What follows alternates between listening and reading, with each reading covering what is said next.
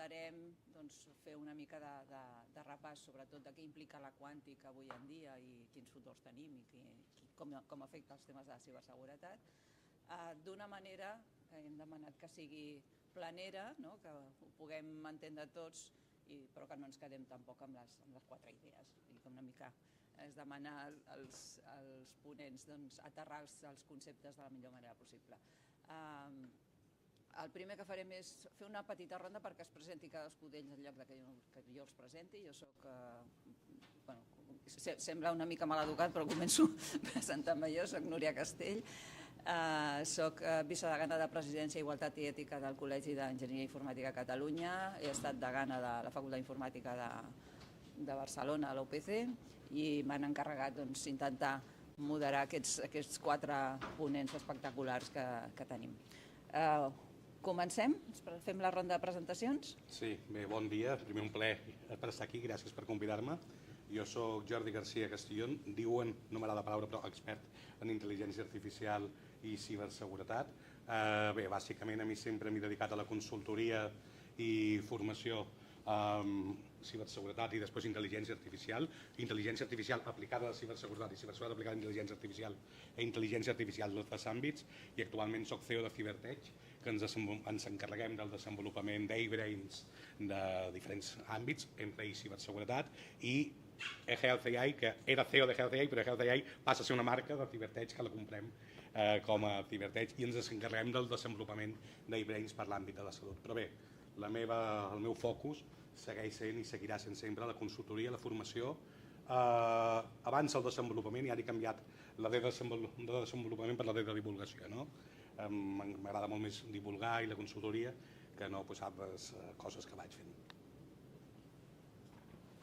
Moltes gràcies. Doncs també molt agraït d'estar present en aquest fòrum amb persones que crec que són molt brillants, al costat de les quals em sento molt petit.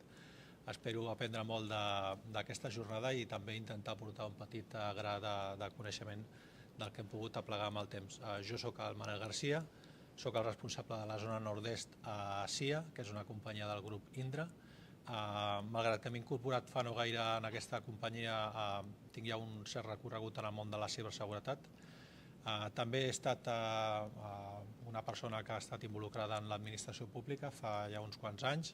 També he tingut alguna startup en el seu moment al voltant de la intel·ligència artificial, que va ser un gran aprenentatge, i pràcticament tota la meva carrera professional l'he desenvolupat en empreses enfocades al món de la tecnologia i també a clients finals com utilities, com gas natural. I res, espero que sigui una ponència interessant. Molt bé, doncs jo em dic Lluís Torner, també estic molt content d'estar aquí amb aquests companys i companya i amb tots vosaltres. Jo he sigut el director de l'ICFO, el Centre de Fotònica, des que es va crear fins fa un mes, i ara des de l'ICFO coordino una cosa que es diu Vall de la Quàntica, que és una cosa que està naixent i que vol ser una agrupació de l'ecosistema primer català i després espanyol, d'entitats universitàries, centres de recerca i empreses que puguin beneficiar-se de la quàntica, que com veurem és una cosa que ens portarà, suposo, feina durant molts anys, i per tant hem de construir ecosistema i anar treballant junts. Gràcies. Bon dia, soc el Pep Martorell, també molt agraït per la invitació. Jo soc el director associat del Centre de Supercomputació de Barcelona, crec que més o menys coneixeu, ens dediquem a la supercomputació, i això mica en mica també voldrà dir una mica la computació quàntica. Nosaltres a ciberseguretat no en sabem ni toquem, de quàntica una mica, a veure si amb el Lluís mano a mano podem fer això per damis que deia la Núria. Molt bé, doncs presentats, com veieu, s'han posat, jo no els he demanat com s'havien de seure, però se m'han separat una mica com veieu, el perfil potser més d'empresa, de consultoria, de divulgació, i un perfil més de recerca i de creació de start-up. Sembla que allò Dios os cría y ellos se juntan, no? I per tant tenim una... Hi ha dues preguntes, la idea és anar fent una miqueta de ronda amb preguntes, però sí que he separat una pregunta per ells dos, primera, i una altra per ells dos, diferent, justament pels seus àmbits. En el cas del Manel i el Jordi, la pregunta és com entenen les empreses, quin concepte tenen de ciberseguretat i com es protegeixen? És a dir, ho estan fent plantejaments correctes i com depèn en funció del tipus d'empresa? Bé, una cosa és, a parer meu, com entenen les empreses la ciberseguretat i una altra cosa, què és la ciberseguretat per les empreses? I es protegeixen malament, ja t'ho dic. La gent no diu així, però amb un 80-85%, per molt que es digui que s'està avançant molt en ciberseguretat i les empreses molt avançades, la realitat social, individual, però també empresarial, és que la protecció no és la que hauria de ser, ni fins i tot, evidentment, tampoc de les administracions públiques, ni fins i tot de les grans empreses. S'estan donant passos endavant, però no és ni molt menys com hauria de ser. I referent al que entenen, a grosso modo, i generalitzant molt i dient-ho d'una manera molt planera, les empreses, com la societat, entenen la ciberseguretat com tenir un antivirus. Ja sé que no hauria de ser així i no és així, però les empreses entenen tenir l'antivirus, quan no entenen que la ciberseguretat implica molt més que tenir un maleït antivirus, que s'ha de tenir, però que és necessari, però mai serà suficient. Mai ha sigut i mai serà suficient. No? I ja, per entrar un pèl en el meu àmbit, no tant de la quàntica, que no la conec i d'endavant i tal, per sobre, però no en soc especialista, entrant en la intel·ligència artificial, com aplica la ciberseguretat, les empreses no entenen que, ja no entrem en els deepfakes, sí que entrem en els deepfakes, però vull dir, en com tot el tema de intel·ligència artificial avançada, entre cometes, per ciberatacar, com això és ciberseguretat. I com que se't faci passar el treballador, que no és el treballador, per fer que li facis una transferència, etc., és la versió moderna, la versió actual de la ciberseguretat del segle XXI. I les empreses encara viuen en la ciberseguretat del segle XX, per no dir del segle XIX, quan no existia. Per tant, és impossible que entenguin què és la ciberseguretat del segle XXI i que poden perdre milions ha passat amb el fals CEO, amb el fet-se passar pel CEO, que demana una transferència milionària amb una videoconferència, que la persona que hi ha a la videoconferència no és la persona real. No? Això és ciberseguretat i les empreses estan ficant un antivirus. Ens trobem en aquest moment de disrupció entre el que és l'estat actual i l'estat que hauria de ser. Coincideixo amb moltes de les coses que ha esmentat el Jordi. Sí que m'agradaria aportar alguna altra característica. Com a éssers humans i com a societat hem tendit cada vegada més a allunyar-nos del nostre passat animal. I això, en algun cas, fins i tot algun polític ha dit que vivim en un jardí i fora es viu en una jungla. Efectivament, en haver oblidat aquesta part animal que teníem nosaltres, ens hem després de coses que ens ajudaven per viure. El crim, tal com l'hem entès fins a fa no gaire, era allò que venia un senyor amb una navalla o amb una pistola i et demanava els calés, i era una cosa en la qual tots veiem ràpidament quin era el risc que hi teníem al davant. Avui en dia, malgrat que el risc que el tenim al davant és d'una aparença soft, que no hi donem gaire importància fins que ens han aixecat la camisa, ens han encriptat les dades, ens han robat els diners o ens han fet una malifeta que ens obliga a parar atenció i a partir d'aquell moment adonar-nos que no estàvem prou protegits. Com a societat o com a empreses, en la majoria dels casos partim d'una base primer de principi de negació, és a dir, això no em toca a mi, no m'afectarà i segurament n'hi ha d'altres que són molt més interessants que no pas jo. Una vegada passat aquest principi de negació, normalment quan ens l'han clavat, comencem a donar passes i donem passes amb el que anomenem una escala de maduresa. Aquesta escala de maduresa moltes vegades passa per muntar un antivirus o millorar el nostre perímetre, però sovint només ens hi fixem amb la tecnologia i deixem de banda els altres dos aspectes que són fonamentals, que és primer el de les persones, que sempre és i està demostrant-se com la baula més feble de la cadena de la seguretat. No invertim prou en la seva conscienciació i formació i al igual que un cop a l'any apareix a les nostres empreses un senyor amb una armilla groga, sonen les alarmes i sortim per la porta d'emergència amb un procediment molt establert i després aquest senyor pren nota de com s'ha fet i de com podem millorar, doncs això no se sol fer gaire sovint amb les empreses. I per una altra banda està la part de processos, com deia. Processos establerts i assajats, no oblidem la part d'assaig, és molt millor que no tenir un procés. I això no ho dic jo, ho diu molta gent que diu tenir un algoritme que fa una cosa és millor que no tenir un algoritme, o emprar una estratègia davant de possibles riscos és millor que no tenir una estratègia. Així doncs, el que ens hi trobem quan sortim al carrer a intentar fer la nostra feina i conscienciar i, si és possible, obtenir comandes dels clients és entendre quin és l'estatus de la seva maduresa i a partir d'allà ajudar-los a dissenyar un pla per tal que puguin complir amb els seus objectius d'estar protegits. I sobretot no oblidem una cosa, aquests criminals soft estan molt ben organitzats, estan molt atomitzats, tenen unes estructures jeràrquiques i unes estructures d'especialitat molt fortes i davant d'aquesta organització nosaltres també estem organitzats i estem en un treball col·laboratiu amb entitats que se'n preocupen de la nostra seguretat o estem com aquell que vivia fora de la muralla en l'edat mitjana, està obert a qualsevol risc que no voldria patir mai. Moltes gràcies. De moment em quedo amb la idea de que hem de fer un simulacre d'atac a ciberseguretat, no? Un atac de ciberseguretat per practicar. Cada dia.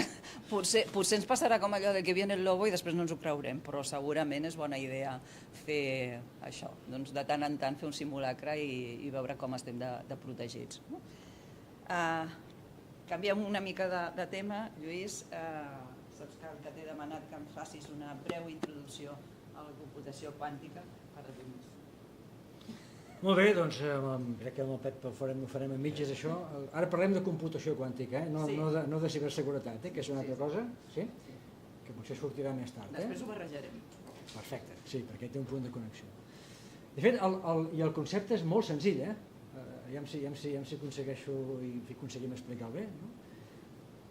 I podem començar per la computació, diguem clàssica, la que ara fem servir, no? El que tenim és un problema que volem resoldre, per exemple, volem predir quin temps farà, on s'anirà la dana demà al matí. Tenim unes equacions matemàtiques que ens descriuen com es mou aquesta dana, què fa els fluids atmosfèrics. Transformem aquestes equacions matemàtiques en una sèrie de zeros i uns i tenim un sistema físic que fa 0, 1. Està obert o està tancat. Bàsicament això és el que fan aquesta colla.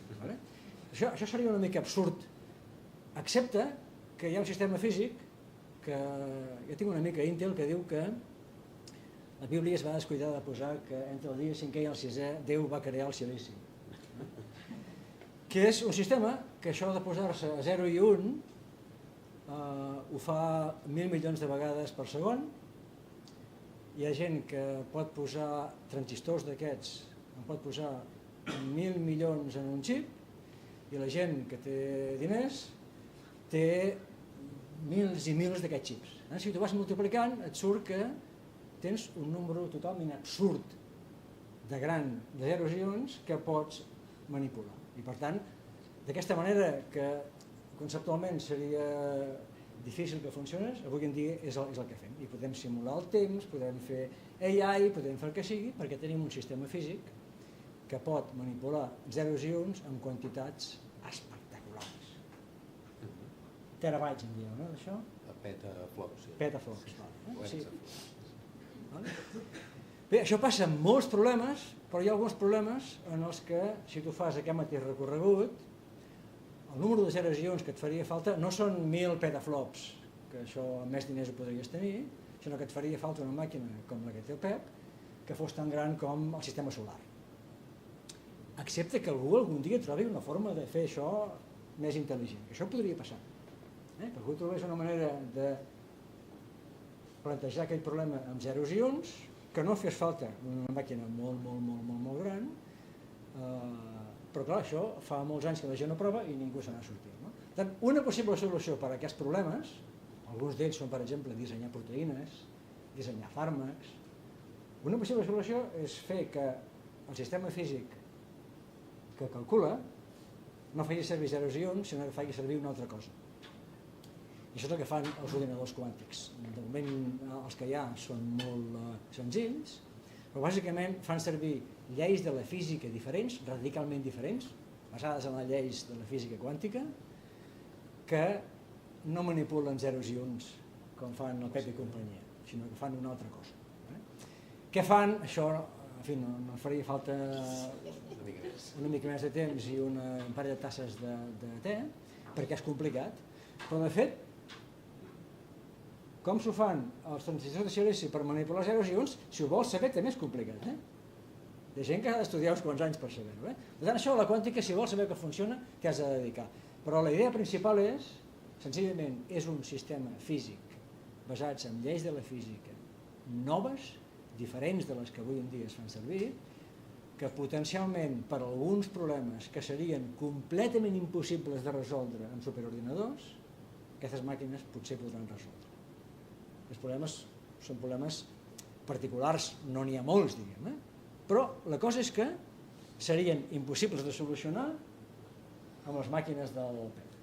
Sí, llavors enganxo aquí dient aquests problemes que Lluís fa referència que no es poden resoldre ni es poden resoldre mai en computació clàssica és, simplifiquem una mica, el que els matemàtics en diuen problemes NP, és a dir, problemes no polinomials, problemes en els quals la complexitat del problema creix exponencial o factorialment amb el número de variables. Aquí, per molt de supercomputador clàssic que tinguis, t'hi pots estar segles, no té cap tipus de sentit. I aleshores aquestes noves màquines, aquests ordinadors quàntics, ens haurien d'ajudar a fer això que diu el Lluís. Parlo en condicional perquè hi poso una mica d'aigua al vi. Una mica la nostra responsabilitat és baixar el hype i posar-lo on realment està. La primera precisió és la tecnologia per fer això que diu el Lluís, la tenim en mode experimental, però no a escala encara a nivells de producció. Tu pots fer petites coses acadèmicament interessants que demostren el que diu la teoria, és a dir, que hi haurà màquines que podran fer aquest tipus de coses, però les limitacions enginyerils tecnològiques que tenim encara no ens permeten escalar això i que aquests càlculs siguin realment útils. Nosaltres que ara hem instal·lat els 2 primers ordinadors quàntics que tenim, internament parlem més de que el que tenim més que un ordinador és un experiment. I és que és això. L'altre dia ho tenim a la capella, abans d'ahir passava per la capella i veig 3 individus allí sota amb el refrigerador obert, el candelabre penjant i tocant no sé què punyetes i dir què ha passat? Bueno, que l'última capa de refrigeració als milikelvins ens costa arribar-hi, no? Clar, quan no et parla de milikelvins, no? 100 cops més fred que el buit còsmic, ja veus que el tema molt de producció no és, que és un tema bastant experimental. Val? Però tot i així és una tecnologia extremadament prometedora que tecnològicament encara la tenim a les beceroles. Quina és la visió que nosaltres tenim al cap i que creiem que ens hi acostarem? Aquests ordinadors no són ordinadors més ràpids, el Lluís ho ha explicat molt bé. La típica pregunta sempre és, bueno, i quan més ràpid serà un ordinador quàntic que un clàssic? Pregunta incorrecta. No són ordinadors més ràpids, són ordinadors que fan coses diferents. I per tant, com que fan coses diferents, la velocitat no és comparable. Aleshores, per nosaltres, un ordinador quàntic hauria d'acabar sent una partició més d'un supercomputador. I faig un símil que per vosaltres serà molt fàcil d'entendre.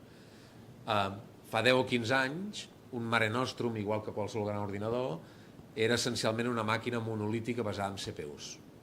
Les típiques CPUs d'Intel, models d'estimulació numèrica per un tubo, bàsicament era això.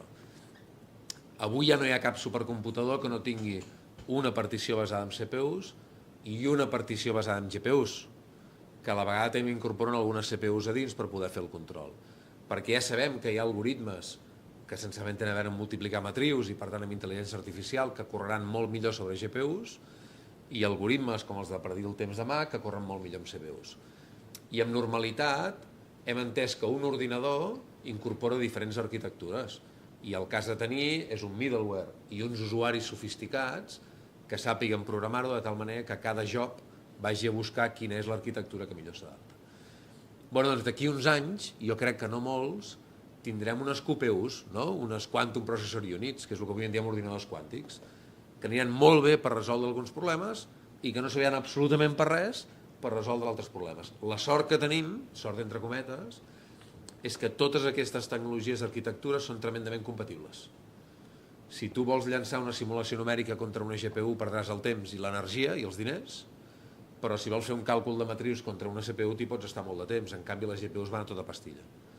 Però doncs igual, si vols optimitzar segons què o factoritzar amb números primers, un processador quàntic anirà molt ràpid i una CPU et tardaria anys en resoldre el problema. Per tant, jo crec que el nostre missatge és encara no hi som ni molt menys, estem parlant d'experiments físics, d'experiments d'enginyeria més que d'ordinadors de producció, però si la tecnologia pot escalar, i esperem que escali, acabaran sent una part més dels sistemes de computació que avui coneixem com a clàssics, igual que les GPUs han complementat a les CPUs. No? Més o menys. Bueno, està clar que un ordinador quàntic a casa no el tindrem. Jo crec que, no sé si mai, però no crec que ho veiem nosaltres. Un detallet, parleu un momentet del projecte del Quantum Spain, perquè la sàpigui la gent. Bueno, és bastant senzill.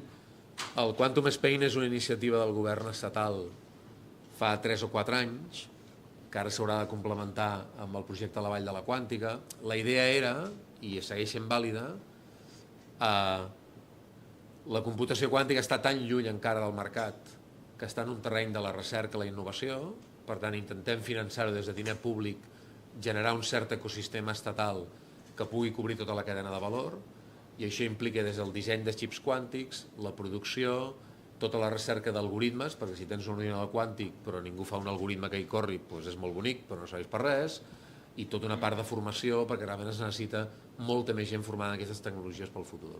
Això va començar fa uns 3 anys, és un bon projecte, estava ben dotat, per 1000 vicissituds no té encara una continuïtat lògica que hauria de tenir, perquè la inversió necessària per aquestes tecnologies ha d'escalar molt ràpidament, però esperem tenir-la relativament aviat, i com a fruits més visibles el que ha acabat contribuint és el que he comentat, a tenir ara 2 ordinadors quàntics instal·lats a la capella, ens arriba un altre durant aquest any vinent, finançat per la Comissió Europea, perquè a més hi ha un element que complemento el que he dit abans, estem tan experimentals que encara ningú sap quina serà la tecnologia que escalarà per a aquests ordinadors. És a dir, el teu amic d'Intel parla del silici, però fa 60 anys no era òbvi que només el silici podria escalar com ha escalat amb la microelectrònica. Bueno, estem una mica al mateix moment. Nosaltres ara tenim un parell de màquines basades en corrents superconductores, però no és evident si això escalarà millor que els àtoms freds, que els diamants, que els ions atrapats, o que no siguin les altres tecnologies la gent està provant. Per què? Perquè els fenòmens quàntics que ens permeten calcular el que explicava el Lluís estan presents en moltes tecnologies, que avui ja podem manipular a escala atòmica. I per tant és un moment molt excitant, perquè diràs, bueno, jo has comprat 2 ordinadors amb una tecnologia que igual d'aquí 5 anys no serveix per res, doncs podria ser. Perquè estem en un punt d'experimentació i de mirar la frontera del coneixement que amb el silici doncs, ja fa moltes dècades que hem superat. I això és el que amb el Quantum Spain intentem començar a empènyer. Molt bé, em fa pensar això com quan van arribar els vídeos i que hi havia diferents formats i que després no sé què, o sigui, a veure amb quin quàntic ens quedarem, quin model de Molt bé. Doncs ara sí passem una mica a barrejar el tema de ciberseguretat i de quàntica, i llavors la idea és que des de la perspectiva de cadascú, més des de l'empresa o més des de la recerca, doncs què aporta la combinació de quàntica amb seguretat?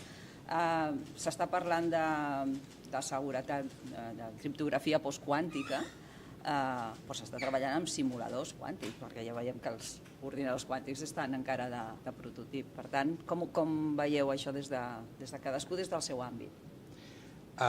Bé, en el nostre cas i en el meu cas, una cosa si et parlo com a empresa i una altra cosa és com a consultor, no? Si et parlo com a empresa, evidentment, com es deia, és un àmbit molt experimental. No podem parlar de res quàntic en producció, no és real. Sí que nosaltres hem fet alguns experiments, i jo personalment, doncs dins de la meva faceta de consultor, sí que especialment dins de simuladors, especialment dins, no és quàntica pura, però dins d'Amazon Web Services, on jo estic molt relacionat directament, hi ha uns serveis que t'ofereixen administrats, diguem així, el que ells diuen una pseudo computació quàntica, val? Que això sí que s'ha fet alguna experimentació, però diríem que estem a les beceroles de tot el que és la computació quàntica a nivell de producció empresarial. Ara bé, si parlo com a consultor, i ja no parlo com a empresari, si no parlo com a empresari, aquí sí que em desperta molt més interès a un curt termini mitjà, a molt curt termini com a experimentació amb el tema de l'encriptació del xifratge quàntic. Sempre s'ha dit que qualsevol password el podré hackejar, per molt complexa que sigui, no sé que sigui un xifratge quàntic. Ja arribarà el moment que potser també es podrà, però ara per ara és així. Per tant, des d'aquesta vessant de xifratge, d'encriptació quàntica, des d'aquesta vessant sí que la trobo molt interessant i sí que és evident que no crec que sigui la solució al problema que tenim d'autenticació. El password ja fa 10-15 anys que és absolutament obsolet i que hem d'anar cap a la doble... No, hauríem d'haver arribat ja fa molt temps a la doble autenticació biomètrica, no biomètrica, etc., de codis a temps, etc. Això ja hauria d'estar aquí, que sembla alguna cosa molt evident, però que la gent sembla ser que no ho té tan evident. Però si això ho acompanyem de passwords, de paraules de pas, diguem-ho així, quàntiques, o de xifratge quàntic, sí que aquí aquesta intersecció entre la ciberseguretat i la quàntica jo crec que té un paper molt rellevant. Jo a nivell empresarial, a dia d'avui, diria que més enllà de càlculs no més ràpids, sinó de càlculs diferents i de càlculs de tot això, nosaltres, i fins i tot amb intel·ligència artificial, no ho apliquem perquè experimentem però no ho apliquem. En tema d'autenticació no ho apliquem, però sí que treballo molt activament i ho veig un tema molt prometedor, més en el curt termini. Gràcies. Doncs en ciberseguretat normalment treballem amb una paraula, amb un mot que diguem defineix una mica quin és el nostre parer, que és el risc. El risc ens ha de fer prendre les decisions que millorin la nostra postura.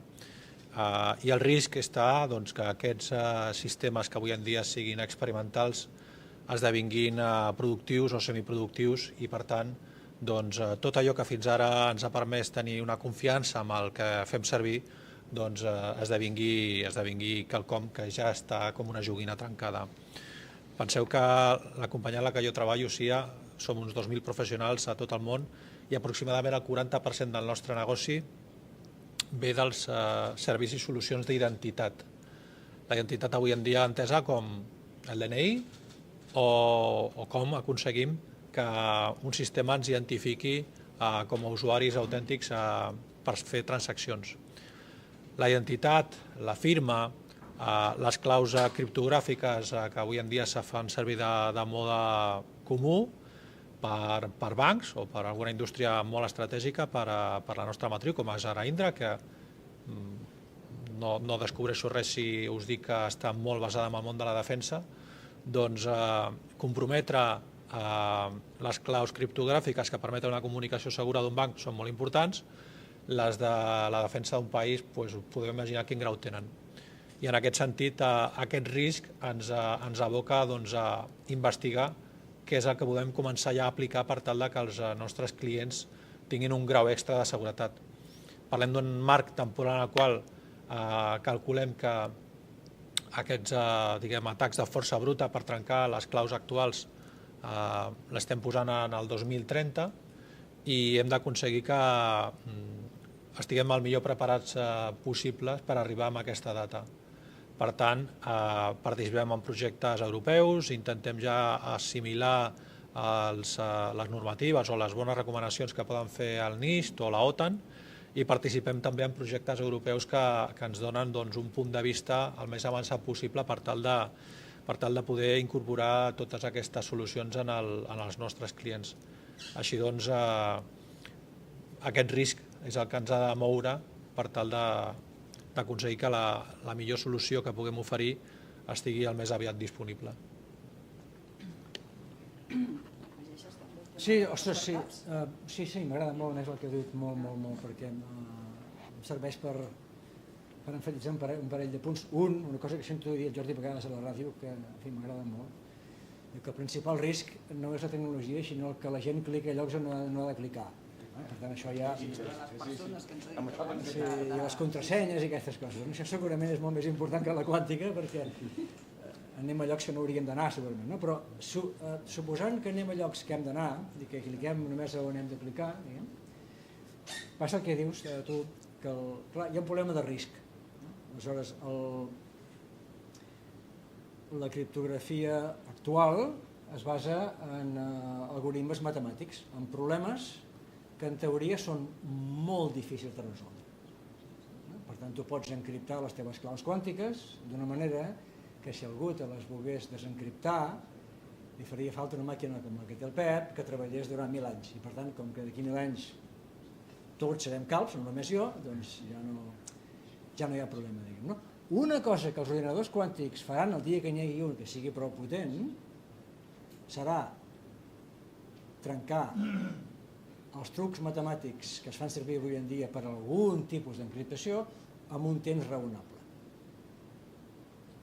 Per tant, el risc en aquell moment serà alt. No? I això em recorda una cosa que vaig llegir ahir, que algú deia hi havia prediccions del risc que hi havia a l'arc mediterrani d'una dana com el que ha passat, que deien que això passaria un cop cada 1000 anys. Ha passat el 2024. Quan hi haurà un ordinador quàntic que tindran potser els xinesos o tindrà algú que no serà exactament amic nostre i que podrà trencar RSA, ningú ho sap. Serà el 2028, el 32, el 33, el 44, no se sap. Però el dia que n'hi hagi un, del vespre al dia següent al dematí, RSA deixarà de funcionar perquè les claus quàntiques es trencaran potencialment totes. Per tant, és una qüestió de risc. Per tant, segurament, si jo fos una pime, em miraria això amb llunyania, perquè diria, bueno, ja m'ho miraré. Si fos una empresa gran, i de fet és el que està passant, bancs, hospitals, X, ferrocarrils, gent que opera xarxes importants, Cellnex, Telefònica, Vodafone, gent que opera xarxes importants, s'ha de preparar perquè el dia que s'hagi de canviar de criptografia convencional a criptografia quàntica, que ja hi ha empreses que venen aquests equips, s'haurà de fer d'un dimecres a la tarda a un dijous al matí i no es podrà fer.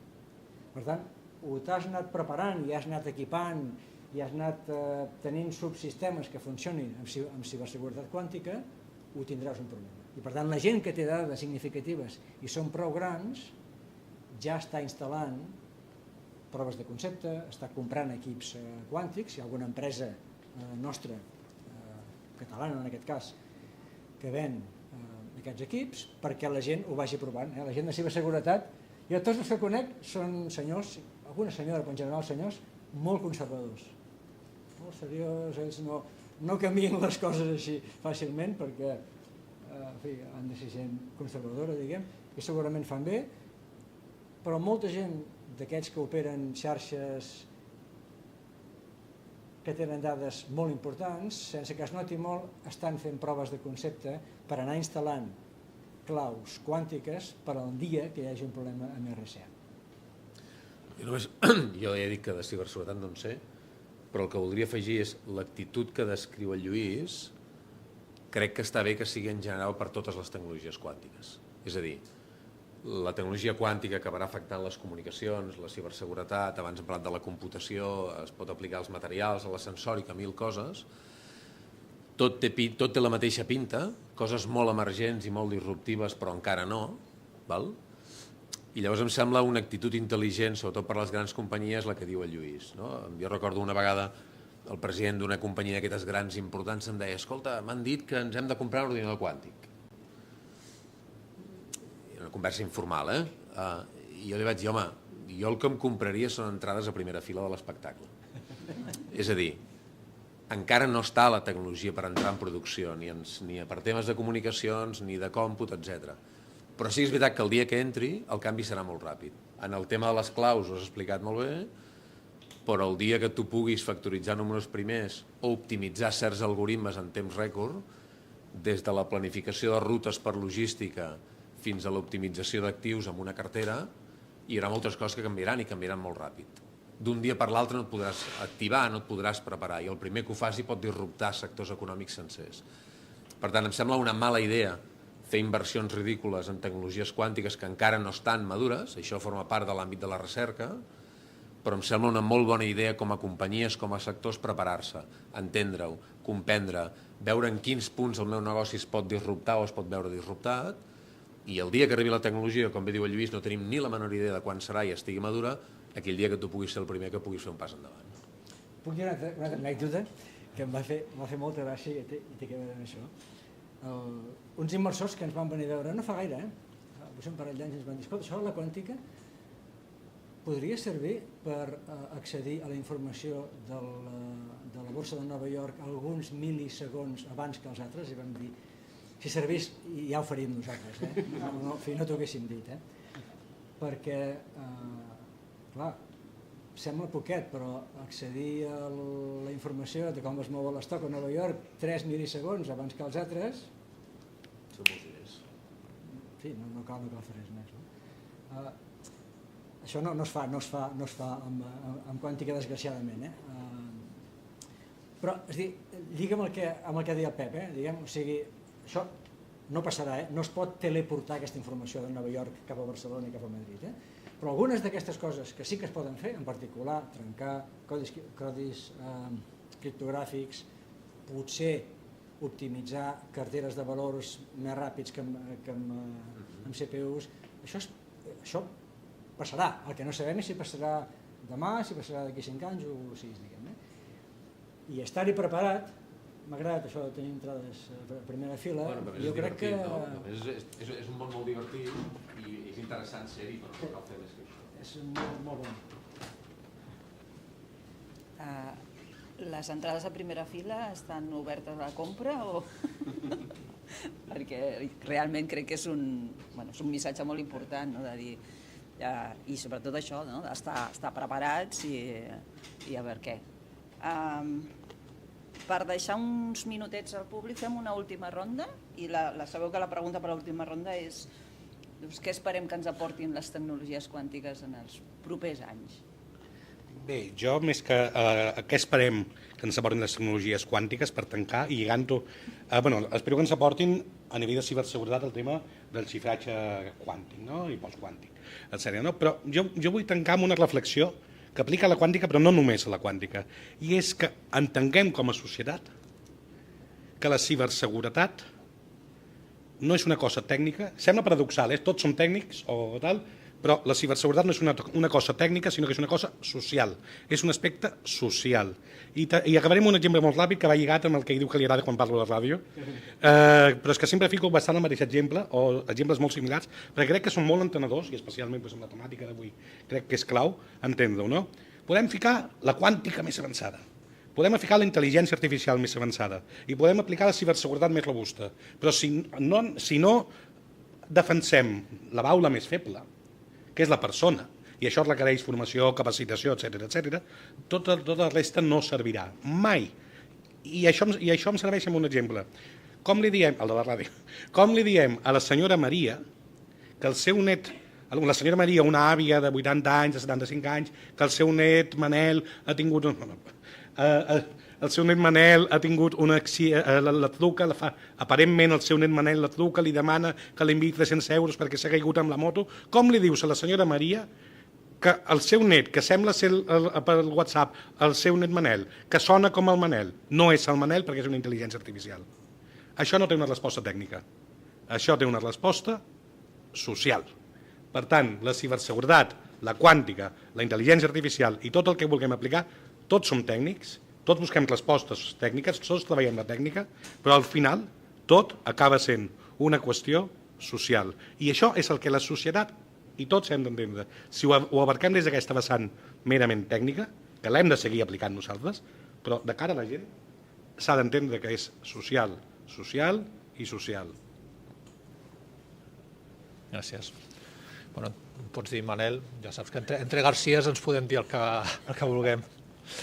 Què pot aportar la quàntica a la ciberseguretat? Doncs, com deia abans, el paràmetre sobre el qual mesurem les nostres decisions és el risc, i jo entenc que la quàntica ens ha de permetre minvar aquest risc, o, si més no, posar-nos a l'alçada del nostre contendent, que és el que vol fer-nos mal, o el que vol endur-se les nostres dades, o el que vol eliminar la nostra propietat intel·lectual o fer-se'n profit d'ella. Dius que ja teniu empreses que treballen en aquest àmbit, per exemple, de la distribució de claus quàntiques. Ja he col·laborat amb ells perquè veiem que és una de les primeres aplicacions que pot tenir la quàntica en el món de la ciberseguretat. Fins ara, efectivament, fent servir aquests algoritmes de criptografia com fins ara hem tingut, doncs RSAs i companyia, tenim un risc elevat en el moment que apareguin aquests ordinadors quàntics en producció.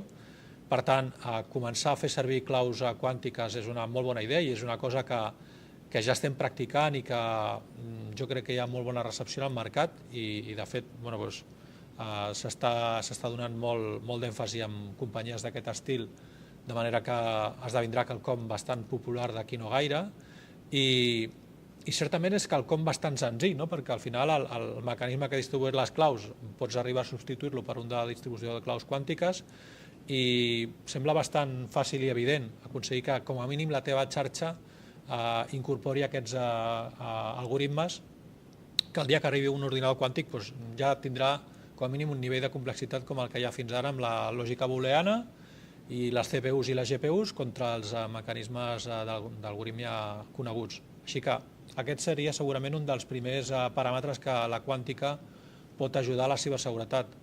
En un pla més llunyà de 4 o 5 anys segurament hi ha moltes altres coses, però aquesta és la més immediata i més aplicable de forma pràcticament immediata. Molt bé, jo estic d'acord amb el que diu el Manel. Ja hi ha empreses, startups nostres i també d'altres parts del món que comercialitzen sistemes de distribució de claus quàntiques, no la comunicació és internet tradicional, però les claus són les quàntiques, i això hi ha un mercat institucional, hi ha gent gran, empreses grans, institucions que ho van incorporant justament perquè el dia que arribi el risc, aquest risc sigui zero, perquè faig un parèntesi, la criptografia tradicional es basa en matemàtiques, per tant, algú molt intel·ligent sempre ho pot trencar, no hi ha cap teorema que digui que no es pugui trencar.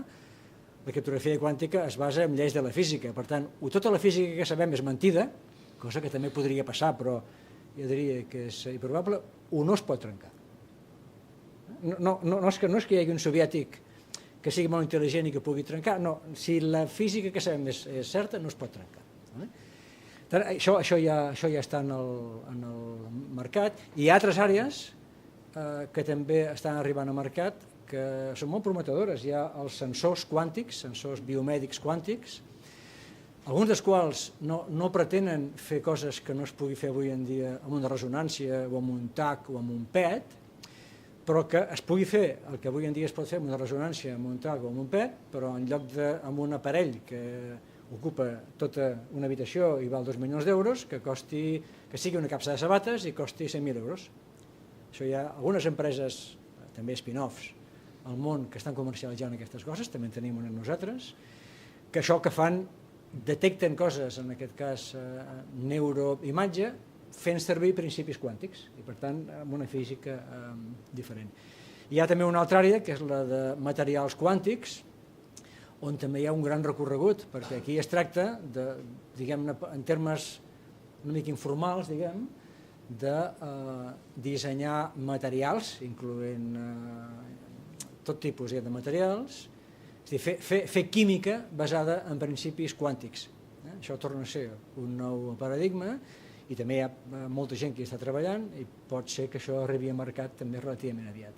El que hi ha ara és claus quàntiques, això ja es pot comprar, bueno i barato. I fet a Barcelona. Exactament, i fet aquí. El seu nom es diu LuxQuanta i QSight.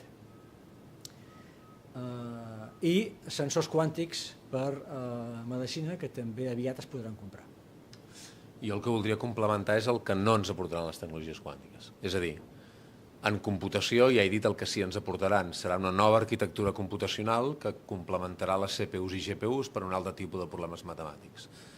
Però com que ja hem dit que no és un ordinador més ràpid, és un ordinador diferent, el que no ens aportarà és una solució pel límit físic del silici.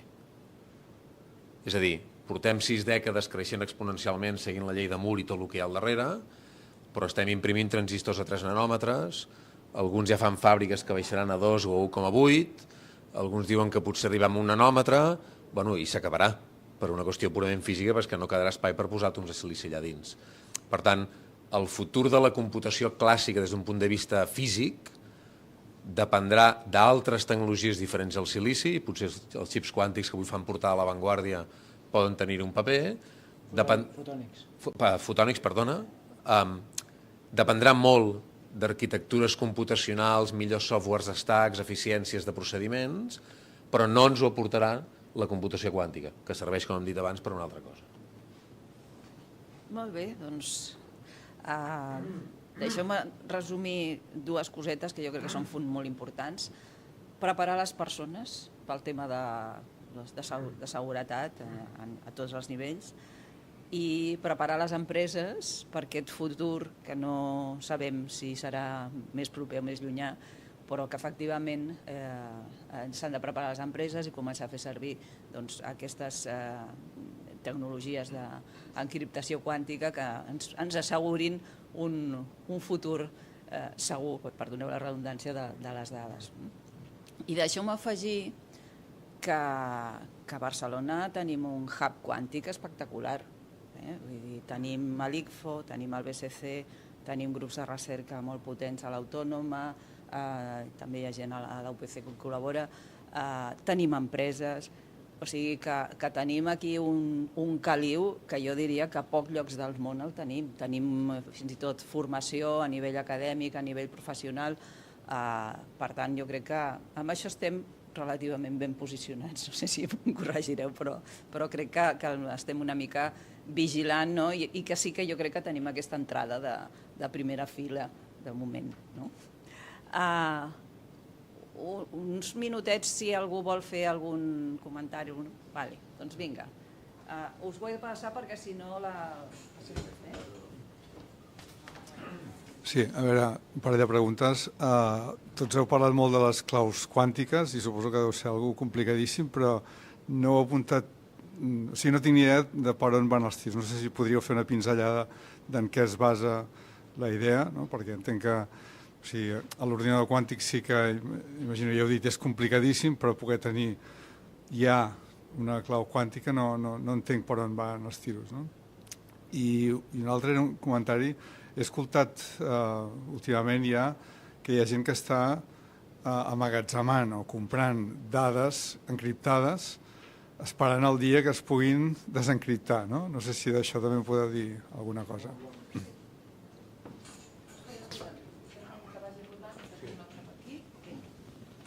Qui vol contestar? Vinga.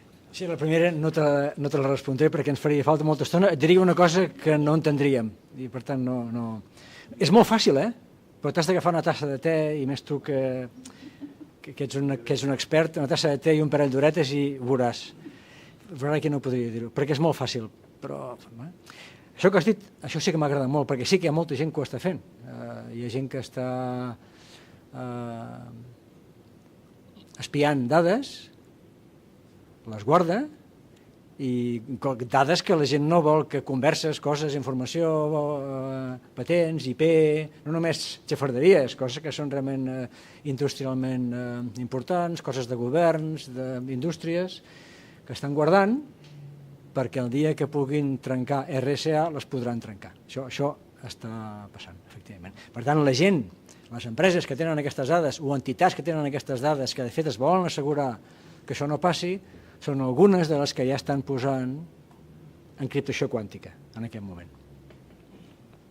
Gràcies, molt bona aquesta. El WhatsApp no té encriptació quàntica.